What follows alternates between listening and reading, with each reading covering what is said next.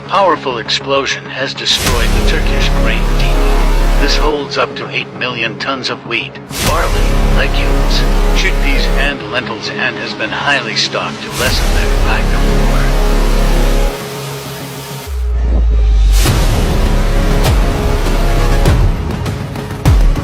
This is extremely bad news for citizens.